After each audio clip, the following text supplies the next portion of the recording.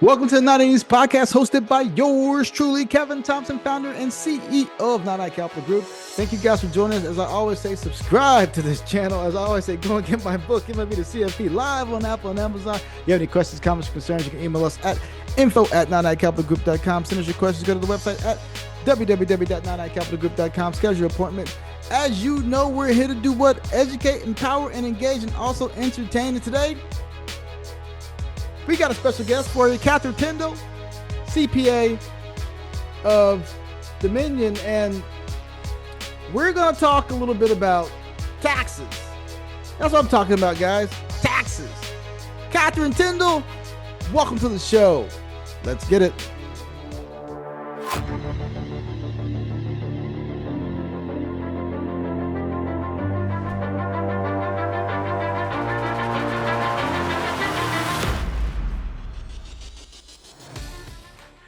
Hey, we have Catherine Tindall of Dominion Enterprise Services, partner, strategic tax planner there.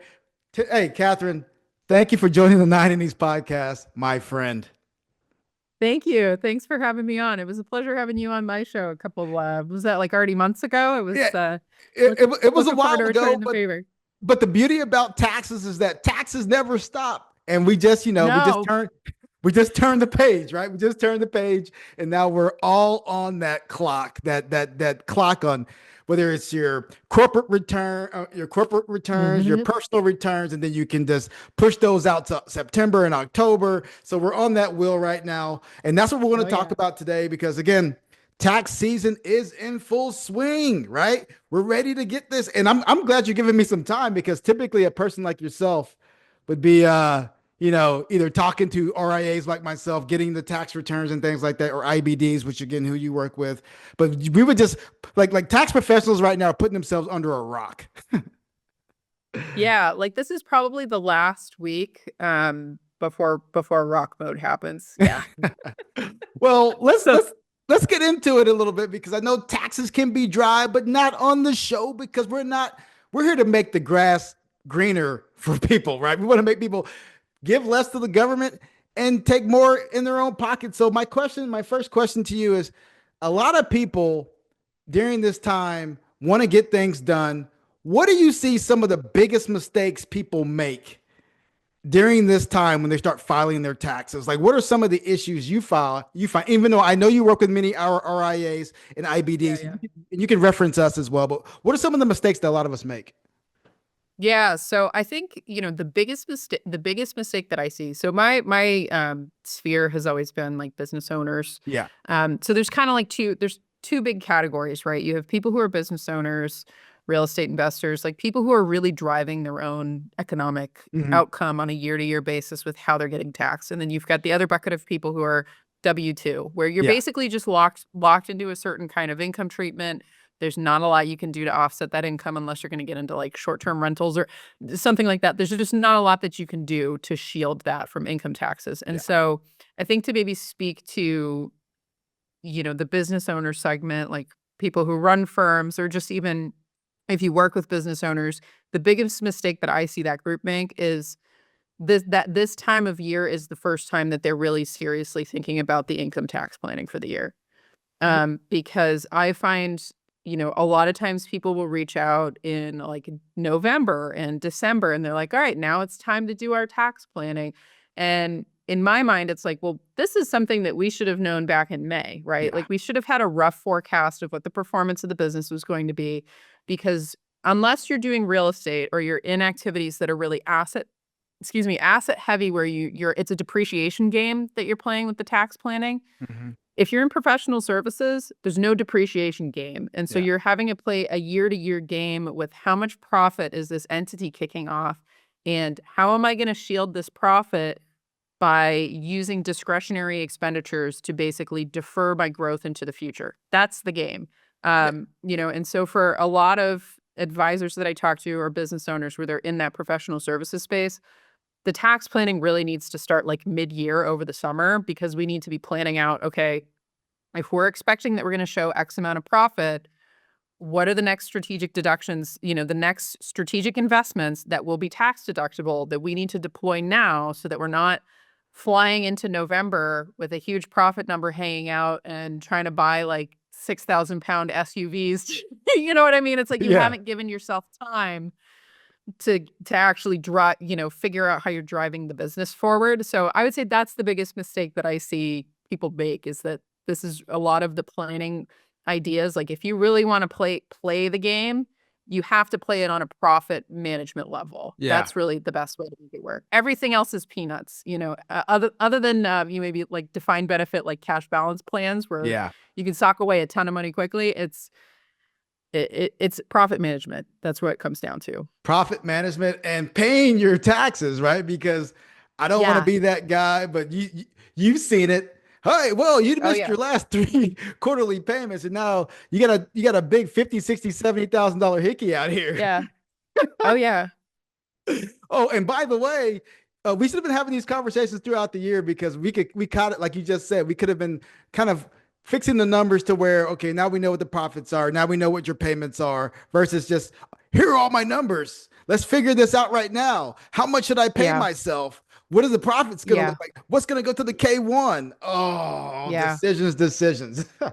I know Yeah. exactly what you're going It through. all like clumps up, and then there's nothing we can do about it, right? Like I was just talking to an advisor earlier today and I said, "Hey, can you send me your 2024 P&L so that I Mm. can see what you did?" Not a client of ours, a prospect. And he was like, "Oh, I don't have any of that stuff in information yet." And I'm like, how are you running the like, how do you know what you're doing? Like, you like, your windshield's completely, caked up in mud. Like, how do we know, what you did for a profit this year? And, like, how do you know what the estimated payments that you made were even close to right? Like, if you don't know those, don't have something to look at. But it just needs to happen earlier than, I always say good tax planning happens in the second quarter of the year. And And the and then, yeah, you're right. And the issue a lot of people have is that, are you going to be a financial advisor, or are you going to be a business owner? And you got to figure out which yeah, one you're going to be. Are you running your business like a business, or are you trying to be a financial advisor and then back into the business? And yeah. I think a lot of financial advisors fall into that second category. Yeah. Yeah. No, it's true. Well, and because you grow up with strong technical skills, Mhm. and running a business is just a different set of technical skills than advising. It just Yeah. is. And then when you're doing that, you're not running the business. Like when you're working for somebody else as an advisor, like you're being mentored by somebody else, like you're in association, like it's technical sets of things and educating yourself and preferences and things. And then when you go into business ownership, like you have to recreate that whole environment for yourself Yeah. and self-educate yourself if you don't have somebody that's, giving you a path to walk along. So it's easy to cling to the wanting to stay like a technician person and not move into the business owner thing. But you got Yeah. to, if you're running a practice, like you have to start thinking like that. Have to start thinking like that. And that leads me to the next question. Like, what are some of the biggest audit triggers for business owners? Like we just mentioned, not paying your safe harbors, or claiming too much in deductions, right? Like you got 3 or 4 years of Yeah. losses. You haven't made a double, you haven't made any money in 5 years. Yeah. So Yeah. so what are some of the biggest audit triggers you see for business owners in our arena? Yeah, so I would say for advisors, the biggest audit triggers are things where, if you are getting like 1099 personally and then you're assigning that income over to an entity, Yeah. that's just like you're going to get flagged on a computer system for that, because that's just, you know, the IRS is deploying more AI tools to look for things. There have been court cases where assignment of income's been shot down, and Mm. so they're looking for stuff like that. Another really big red flag is if you're operating out of like an S corp and you're way underpaying yourself. Yeah. I see advisors often lean in the opposite direction where they overpay themselves, compensation. And so really the sweet spot here with the compensation issue, and this is something where people who are listening, just send me a DM on LinkedIn. I can send you how to deal with this. But Yeah. you have to do what's called a reasonable compensation study. And that's just the best way to get the answer on that. But I find people will do too much and then people will do too little. Like I was talking to somebody earlier today where he's making $1 million a year, paying himself 10 grand on a W-2. And like, that's not going to Ah! work. But then I got other people where it's like they, you know, they're they're doing everything out as W-2 compensation in their S corp, and they don't need to be. Yeah. So it can go both ways, and IRS is, you're not going to get in trouble for the second one, but you're also, you're tipping the IRS at that point. And like, do you want to be doing that? Yeah. Uh, Yeah. so I'd say those are the bigger ones. Yeah, the audit triggers are pivotal because you don't want to get caught up in the audit. And we all know what's going on.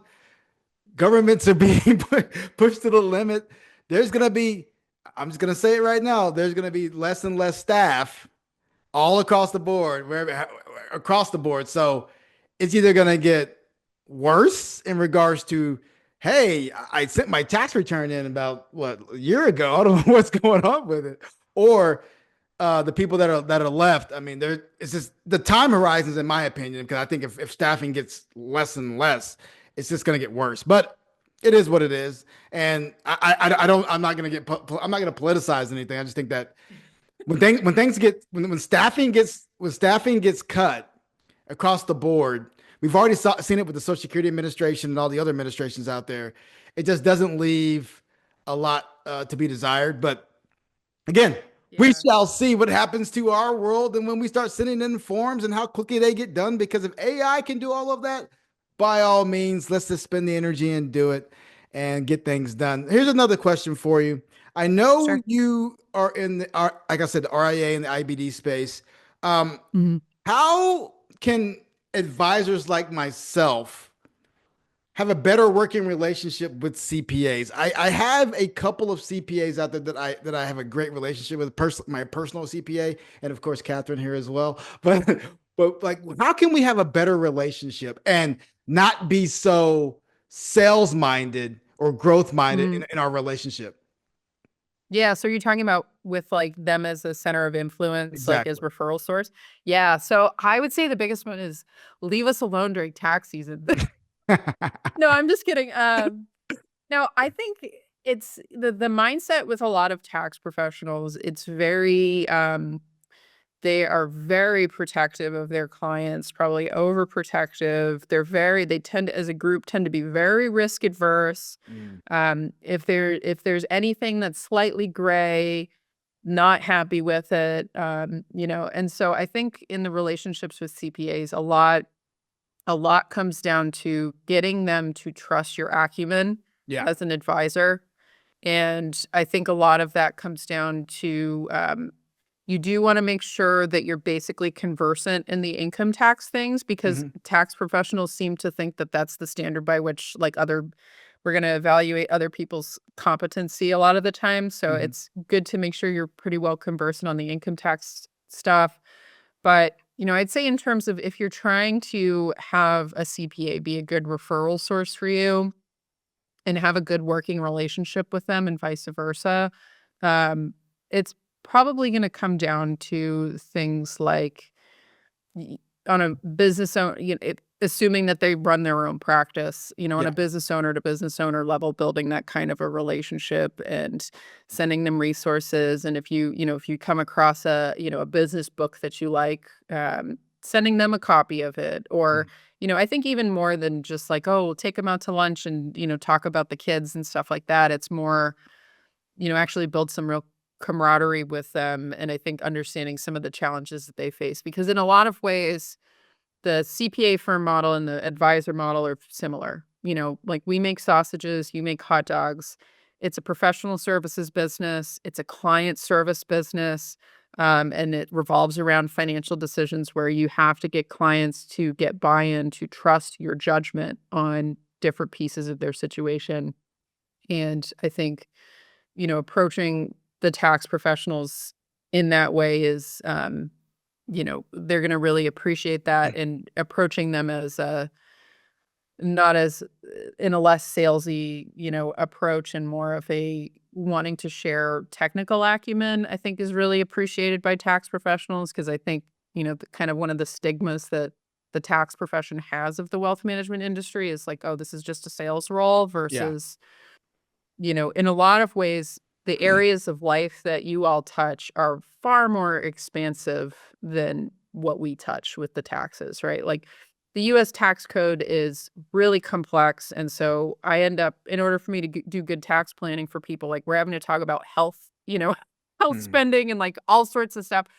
But it's like I only touch a fraction of people's lives versus what an advisor touches. And I think a lot of tax professionals, there's some stigma there with the salesy thing. And so I think demonstrating to them the technical acumen, also just the like a level of fraternity with, we're both building businesses. We're in similar businesses, similar business models. Here are things that are working for me. Like what's working for you? Like what are you struggling with? Like connecting at that level is really nice as well. But honestly, I think a big part of it is finding it, and this is probably hard, is like finding tax professionals that you vibe with, because I think you're going to hit a certain element of there's a certain personality type that gets into my industry, and it can be hard to build a relationship with, certain personality types.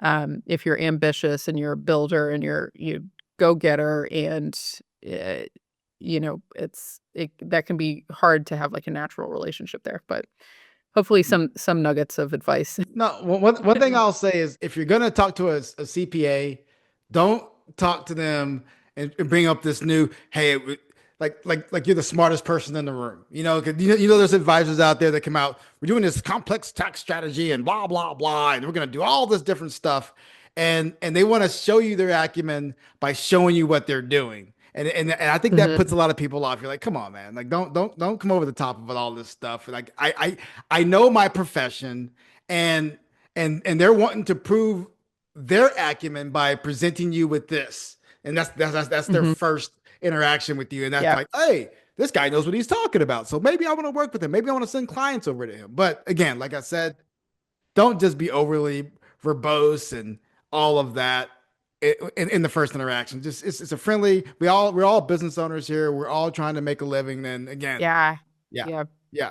So Absolutely. wrap. Maybe one other piece to Yeah, add in there on my side that I'm thinking about is of like a practical in yeah. is if you have a client situation that's going on, assisting the client in locating a tax professional that can help them with it, and you leading that before you bring the client into the conversation with the tax professional, like if this is a new person to you, like a new tax professional you're trying to become friendly with, of, hey, I have this client situation. Here are the pieces that I'll pay you for a consultation, and usually a tax professional will say, no, no, like first one's free. Here are the pieces that are going on in this Mm, situation. Here's where I have concerns. Where do you have concerns? Like, yeah, what should we be looking at? What are we missing? Because it immediately gets you in a collaborative mode with that tax yes, professional. It lets them yes. see the duty of care that you take in the relationship. And you don't have to put any skin in the game in terms of like putting the client in front of this tax professional yet, because you can just give them the scenario and say, this is what's going on. What do you think? Um, and it's not salesy at all. It's Yeah. like, let's just get into a scenario and work this thing out, and you demonstrating in that scenario the value that you bring. That's gonna speak a lot to a tax professional. So a good, like, actual practical strategy there for you. Absolutely, absolutely. So we're gonna finish this right now. Thank you for this. Has been a valuable use of our time because CPA tax talk is always powerful. I'm gonna give you three quick questions. I call it the rapid Got it. fire round, right? So what is your biggest tax pet peeve? My biggest tax pet peeve is when, Somebody comes in and talks about real estate and saying this you can depreciate and all this other stuff. No, I'm just kidding. No, I would say my biggest tax pet peeve is when, people, like, complain about the relationship and the current situation that they're in without, like, trying to make a change around it. Like, I really don't like when people don't have self-agency in their situation. Yeah. And so, like, getting into that proactive mode, and, like, if you don't like something about how your current income tax situation's working, figure it out, or just realize that that's what the cost of the thing is, right? Like, I hear a lot of advisors will complain about how much they pay in taxes, and it's like, okay, well, the game is played in this. There are only so many ways you can play this game, Yeah. and if you're not playing the game, that's on you. Like Yeah. it. So that's probably my biggest pet peeve. You know, is You just sound like that. all of social media right now. Everybody wants to complain and nobody has any solutions. So part two. Part two. Most common misconception about CPAs. And I got one for you. I got something on that one. Most common misconceptions about CPAs, that we all do taxes. So Boom. Yeah, it's the tax industry within the CPA world is actually a pretty small fraction of it. And even within taxes, there are a bunch of different niches within it. And so when you're at the cocktail party and somebody says, "Oh, I'm a CPA," don't just assume that they do income taxes because Exactly. That's we do a 100%. lot of That's different stuff. 100%. That's what I was going to say.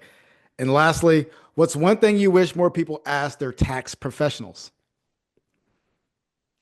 Um, Basically, I think the one thing I think people should ask their tax professionals more is for planning engagements. Mm-hmm. So a lot of the time in the normal CPA model, like my firm doesn't run like this at all. Like we're planning, really planning centric. Yeah. But in most CPA firms, and then especially for advisors working with their clients, a lot of the times the CPA acts like a waiter, right? Mm-hmm. Where it's like, or they act like a fast food cash register. Like if you want a hamburger, you got to come up and order the hamburger. If you want a Yeah. tax return, you have to come up and hand us the documents and we'll give you the tax return Mm-hmm. instead of seeing it like how I see it, which is this is a situation that needs to be proactively managed. I'm the one who knows how the rules work for the most part. I'm the one that knows the situation. And so for me to come and say, "Hey, Kevin, I looked in your QuickBooks. Your profit is higher than what we were expecting it to be. I know I told you to make an estimated payment for this, but you actually need to make an estimated payment for that. Yeah. But looking at what you got in your cash right now, that might not be a good move. So when you get your next big brokerage check, we need to put this much more aside and Yeah. make the third quarter bigger."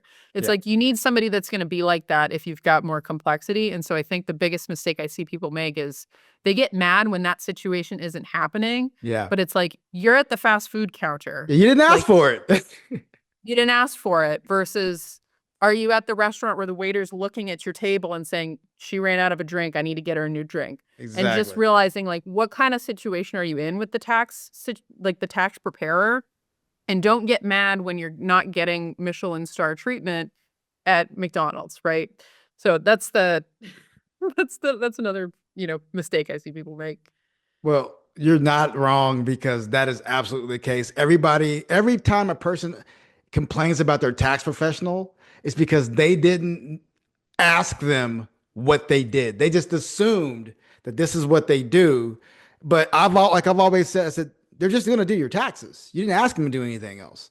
If you want the other levels of service, it's going to come with a cost. But that's what you're going to get if you get those other levels of service.